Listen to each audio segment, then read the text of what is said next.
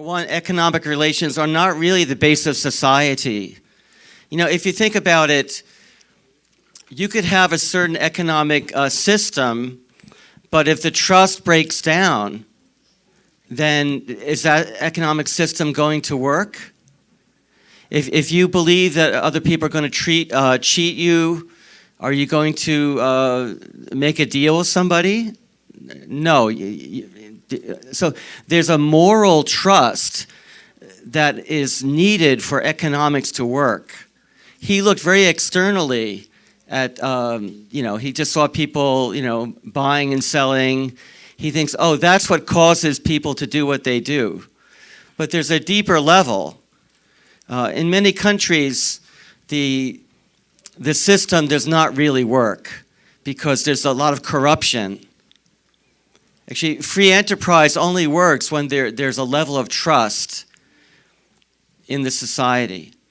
And if there's not, the trust is not there, then it breaks down in many, many ways. So I'll give you more examples later, but I hope you get the point.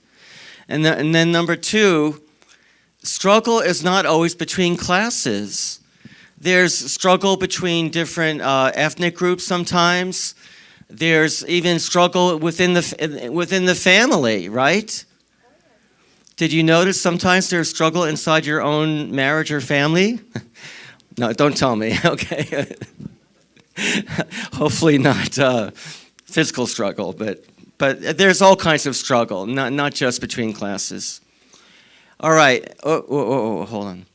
And then violence is not always necessary to bring about change. Sometimes you need violence. The Americans did fight a revolution against the British Empire. There was violence, but the change actually was not brought about through that violence. It's after the violence, then they decided what type of society they wanted to have. Do you know that many colonists wanted George Washington to become the king of the new country? And had he accepted that, then we would just be the same. We would just be another, monarchy. Think about it. He refused to become a king. Actually, in my opinion, George Washington, he was a great general. He was a great leader. But his refusal to become king, in my opinion, was a great victory for a new type of society. Anyway, I'll explain more, but to me, that was a very significant decision that he made. And then the Marxist belief that communism is a goal of history, that it will be permanent and that it will not be destroyed dialectically. It's a belief. It's like a religious belief. I mean, if they want to believe it, they can believe that, but it simply is, it's not a scientific, there's no evidence of that. No. Okay, so his predictions, they all failed. The proletariat, Marx's savior, it never appeared. Since their circumstances were improving, the working class never rebelled. In America, for sure, and even European countries, which was the only countries that actually had a capitalist system. The other countries were more like a mercantile system, not a true free enterprise system. But the workers in Europe and in the United States, they were buying washing machines and refrigerators and vacuum cleaners and even their own car. The level of development that happened with even 50, 60 years after, after Communist Manifesto, but he died in 1883. Even within 40 years after his death, there's an amazing amount of development.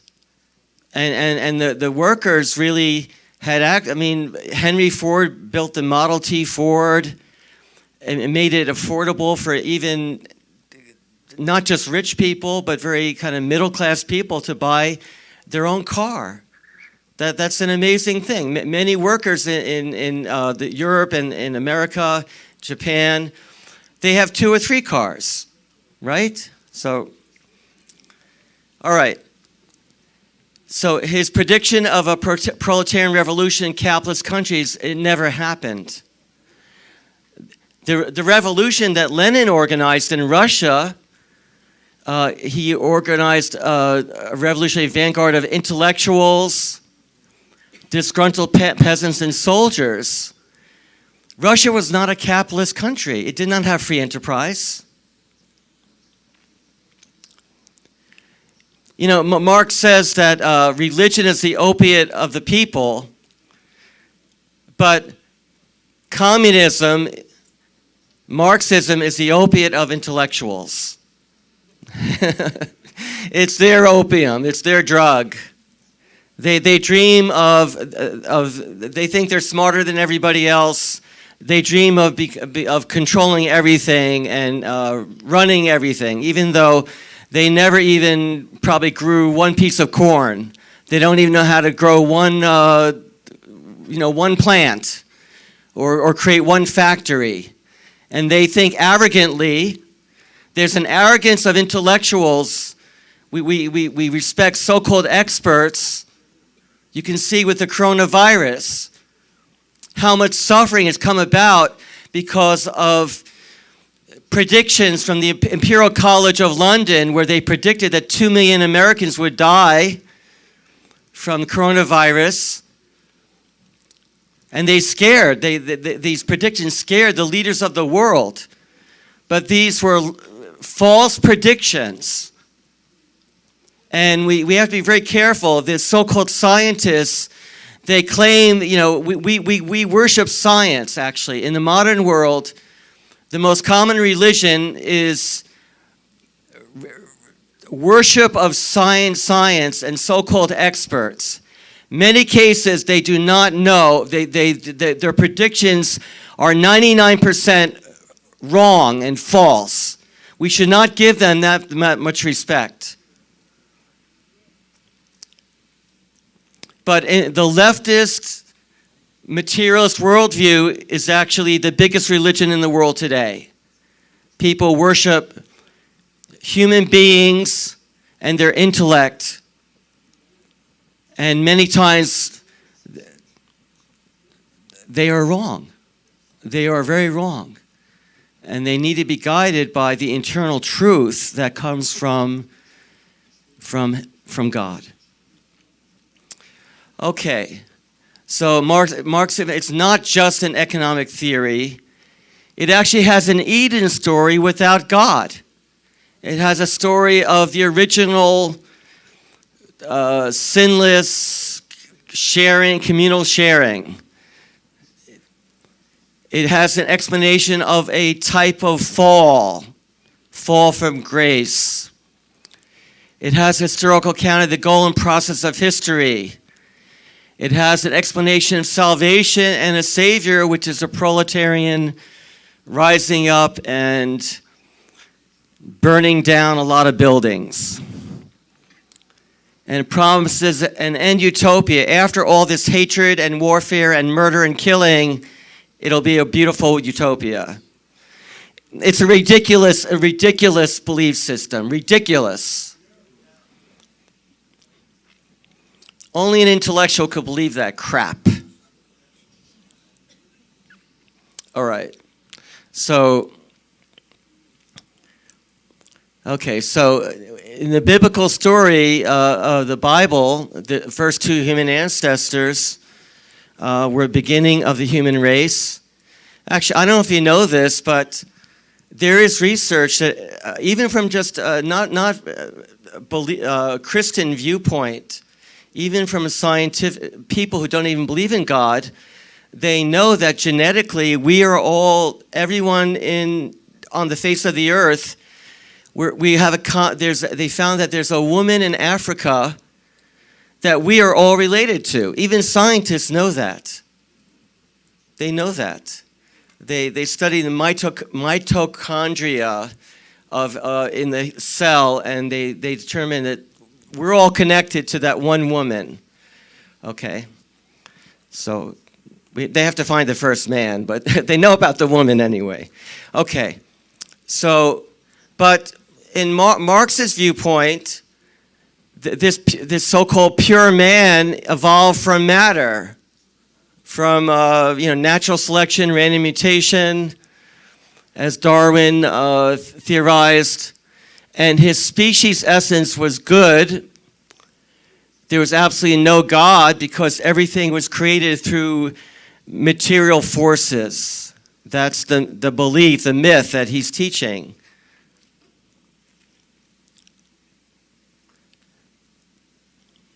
But sin came into the world, and the sin was not the fall as we understand it.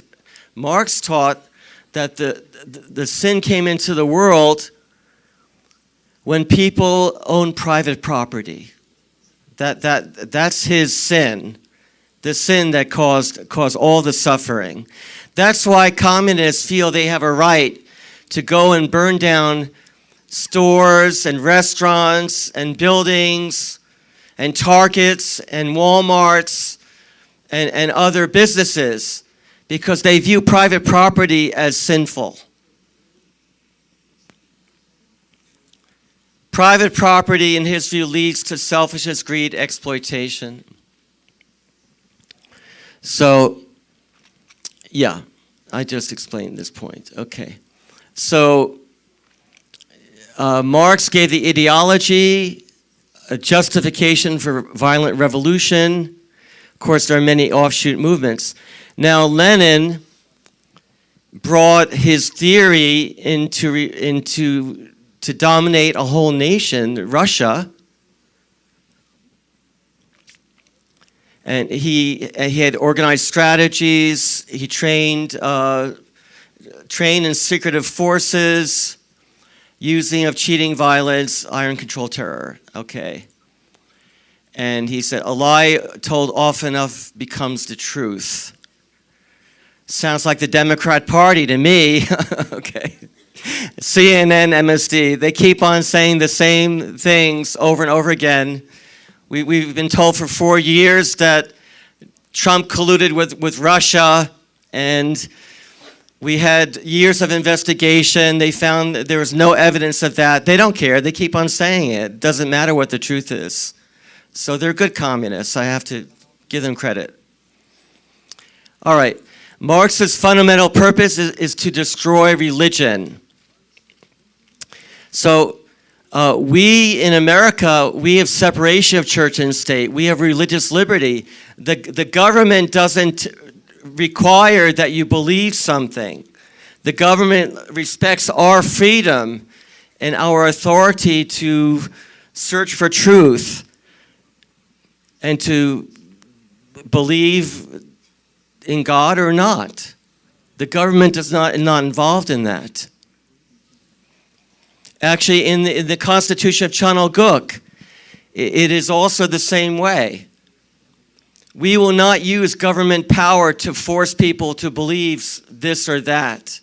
People will be free. That's a wonderful thing. I am so grateful to the second king.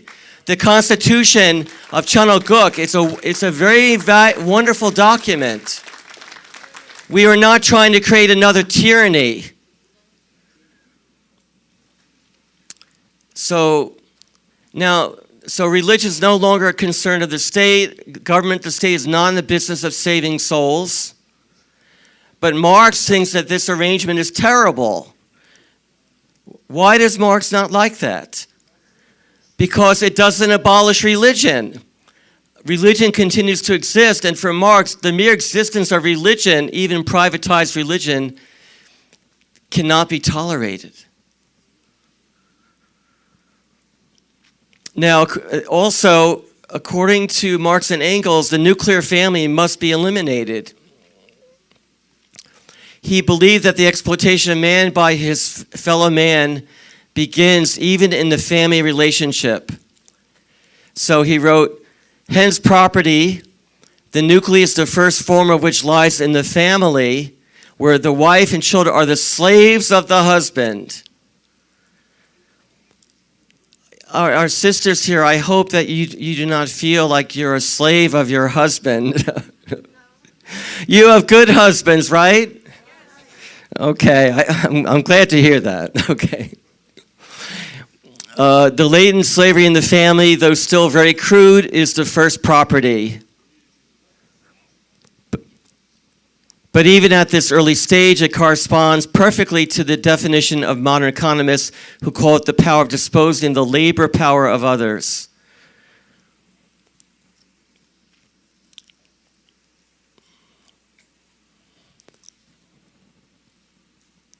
I mean, what he wrote here is actually a description of Marx himself. Actually, if you look how he treated his wife and his children, 2 of his children committed suicide. And his wife, toward the end of her life, she said, I wish I'd never been born. That's how miserable his wife was. He never supported his family, actually. He was always begging money from capitalists and people who had money. And from Engels' father started a factory, so he got payments from the factory that his father started, and Engels was supporting him. He never supported his family, actually. Amazing. They had a female servant, and he was having sex with her, and he got her pregnant. And then he denied that he was the father. He used her. So yeah, what he wrote is true about himself, actually. So if you think about it, Marx's teaching destroys God's original plan for the 3 blessings. Okay. So I also want to thank Jim Stevens. He made these diagrams I'll be showing you and much of the content of this first lecture. So fruitfulness is the first blessing to develop maturity and oneness with God, right? And then the second blessing is to be married and multiply a godly family. And number 3, have dominion and have private property and ownership. Those are the 3 blessings. That is God's purpose of creation, right? Marxism allows no worship of God, persecutes those who do worship God. It seeks to eliminate the family, and it persecutes private property. Marx destroys the 3 blessings that God gave to the human race. Now, communist criticism of the West is insatiable. It accuses capitalism and Christianity for not completely eliminating all social ills.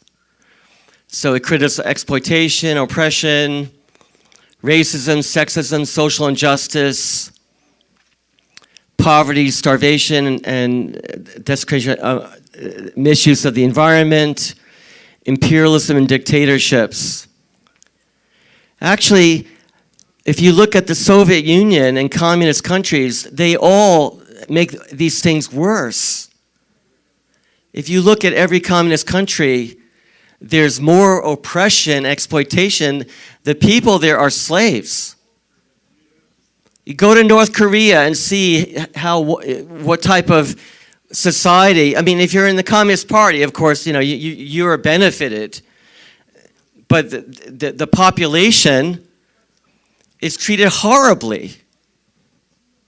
Racism. Do you know that in communist China, during this coronavirus time, they were kicking out Africans. They're Africans who were studying or working in China, And the Chinese businesses would not allow these Africans to come in and buy food. And they were even locking them out of their apartments. And the government said, you have to leave China. Communism did not solve racism. Actually, it's actually, I would argue, much worse in China than in America.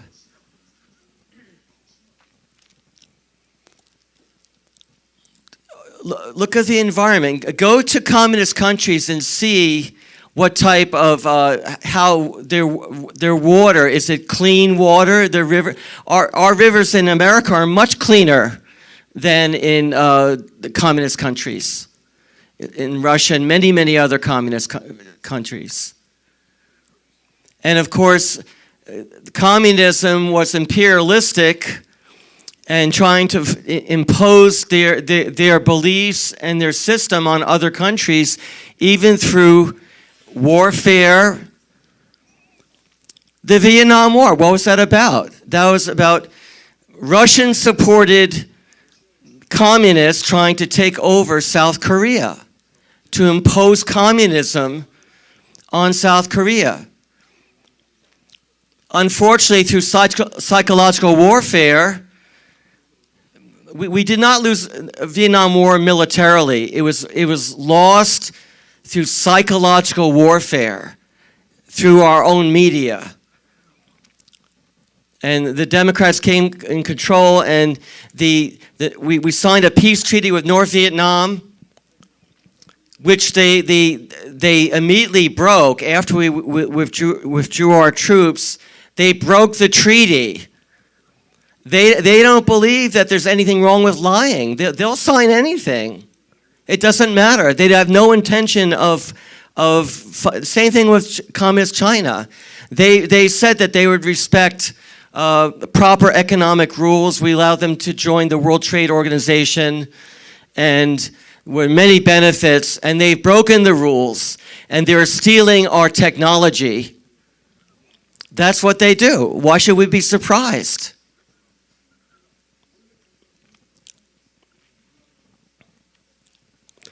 Also, one more thing I want to mention. It's one thing to criticize. It's another to make a positive solution. You know, if you talk, maybe some of your own children are like more on the left. They went to a university where they were indoctrinated in left-wing communist thinking. And maybe they come back home and they're talking to you and they're criticizing this and that. But I have one suggestion for you. Why don't you ask your son or daughter who is educated and think they know certain things. So you can ask them, what is your solution? Because communism knows how to accuse. Like Lucifer, communism knows how to accuse, but it doesn't have a solution. Actually, if you really think about it, the solutions they propose don't actually work. Okay, his economic theories have been a total failure. When the Marxist principles are applied, living conditions always get worse. Go to Cuba and see the suffering of the people. They're not even allowed to own their own apartment. And so if no one, think about this, if everyone owns something, that means no one owns it. Therefore, no one takes responsibility to fix it when the roof is leaking. Theoretically, the government is supposed to come and fix it. Well, maybe they'll come 5 or 10 or 15 years later to fix your roof or the plumbing. It's only through ownership, which is a gift from God. When I own something, then I take responsibility to take good care of it. That's why communism doesn't work. Individual ownership, small business, free exchange of goods are all criminalized. And your neighbors spy on you. If you are maybe trying to grow vegetables and sell vegetables, they may report you, oh, you're a capitalist, you're selling your vegetables you're doing like a business on the side, they may report you to the government. So the result is economic stagnation. Because if you're paid the same thing whether you work hard or you don't work at all, then why should you work hard? Right? And therefore, government force and terror are increasingly required to keep the population in line. So one good example of what I'm saying is Venezuela. Venezuela was the most prosperous country in Latin America. And then Hugo Chavez came to power, and he said he wanted to represent the poor and want to represent the poor. Do you think this would be invented in a communist country? They would say, you don't need this. Why do you need that? You know, it's a waste of money. We need to spend our money on missiles to destroy America. That's what the communists think, the leadership think. But they're happy to steal the technology. I mean, they will do that. So, but Venezuela was the most prosperous country in South America. They have all this natural gas and oil. So they're quite wealthy. And then Hugo Chavez says, yeah, but the poor people are not benefiting enough, so I'm going to help the poor people. And he was elected because he promised to give free stuff, free things to the lower classes, so that they were happy to vote for him. But then he began to nationalize the industries in Venezuela. And because they think, well, we're the communists, brilliant intellectuals, we know how to run things better. And they kicked out the owners who created those businesses with their own sweat. But it turned out that communists didn't know how to run the oil and gas business. And the pumps were deteriorating, and they're not able to get that much oil out of the ground. And so even their oil business, the production's going down. And then they're closing down newspapers that are critical and reporting the truth. So they shut down the media. And they even take over the food companies in that country. And they think we can do that better. We can create better food, but actually they can't. Okay, and now people are starving in Venezuela, and they're eating out of garbage cans. That is communism.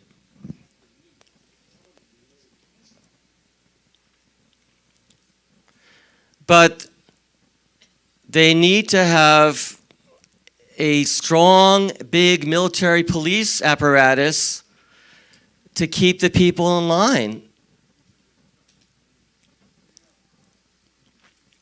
Because they need to dismantle religions, which is a competing belief system, and to dismantle reactionary activities like people who believe in free speech, believe in worshiping God. Those are seen as threats to the state. And they see enemies of the state for them are everywhere, inside and outside. So they disarm the population. They do not want people to have their own rod of iron for obvious reasons, because if a slave gets a rod of iron, he may stop being a slave, right? This is what communism looks like. So actually, Karl Marx, some people defend Karl Marx. They say, oh, he had just an economic visionary. He was a visionary, he wasn't so bad. I showed you Teen Vogue magazine yesterday, right? The girls' fashion magazine saying that he's a progressive thinker whose ideas are being applied in many countries. Here's what he said. There's only one way in which the murderous death agonies of the old society and the bloody birth throes of the new society can be shortened, simplified, and concentrated. And that way is revolutionary terror. What is terror? Terror is mass murder. Yeah. Here's from a news article from last week, and it shows a police officer stands as a looted pawn shop burns in Minneapolis. And the article is talking about confessions of an American insurrectionist. Communist tells of the joy. He felt joy at watching the police station burn. Of course, when the communists come in, they'll build an even bigger police station. So, okay. And then Mao Zedong, he said all political power comes out of the barrel of a gun. The Communist Party must command all the guns. That way no guns can ever be used to command the party. Yeah, in a satanic system, all political power comes out of the barrel of a gun. That is the satanic authority. All right, that's where their power comes from, because they don't want to have any freedom of speech or real voting. Pretend voting, they like that, but not real voting, not real rights. So, but in the godly world, political power, we have guns to defend our freedom, but our political authority does not come out of guns. I just want to make this very clear. You may have a misunderstanding about the rod of iron kingdom. The authority, if you look at the Constitution of Chanoguk, the president is elected. Okay, the Congress is elected by the people. All right, so those positions are elected positions from the people. It's not who has the most guns. Okay, do you understand? We need the rod of iron to protect freedom, but not to impose our power. Our power does not come from a gun. Please understand that point. That's a big misunderstanding about the rod of iron teaching. Now, the communists, they were not able to defeat the West or America militarily. So they came up with stages of ideological warfare. So this is an ex-KGB agent. You can go on YouTube, you can see very interesting interviews with him. And he spoke about stage of demoralization. So you're kind of educating people in the leftist critique of everything, destabilization of the economy, foreign relations, defense systems.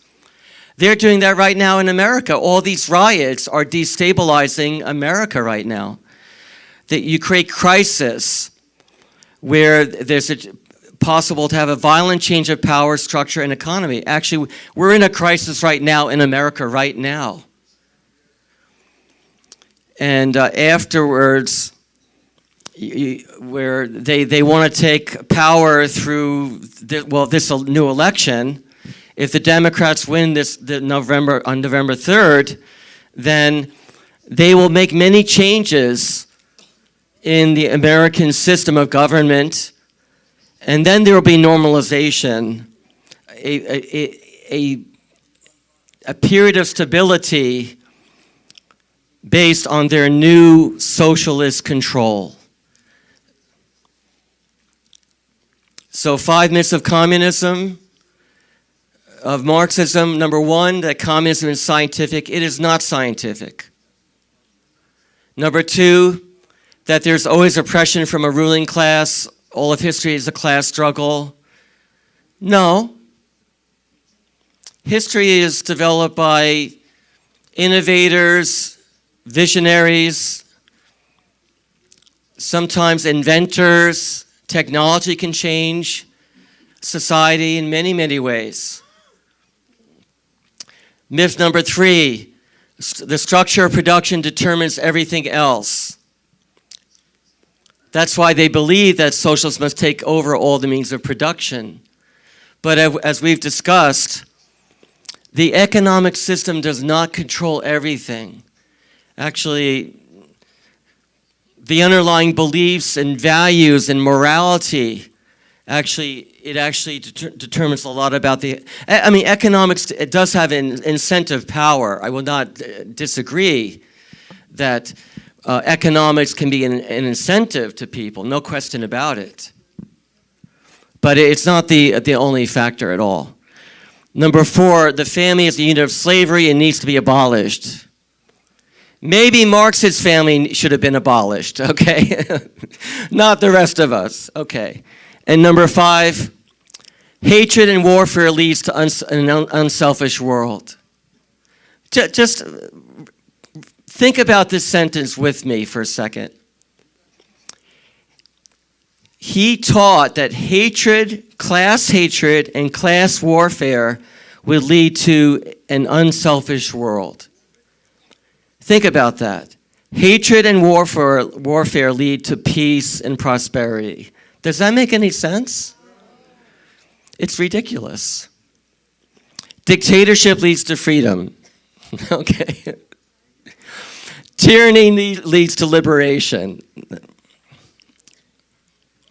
Okay. But beyond the threat of arms from the communist countries, it's really a threat of ideas. And this from an article quoting the Causa Manual from the Wall Street Journal. So here is what the article is: Soviet threat is one of ideas more than arms. Well, it's both, actually, arms and ideas. As absurd as communist ideology may appear, it provides a consistent view of history to adherents and makes even the simplest citizen feel as though his life has meaning. So there were people in the communist country who believed that they were living for a higher purpose. There were committed communists. Many of them believed, they gave their whole life to achieve communism. And at the end, they realized that they had been lied to. That's why I believe we should not hate the communists. True Father, why was Father invited to the Soviet Union to meet with Premier Gorbachev? They knew he was the leading anti-communist in the world. Why did they invite him? Because they felt, even though Reverend Moon hates communism, he doesn't hate communists. He wants to help us.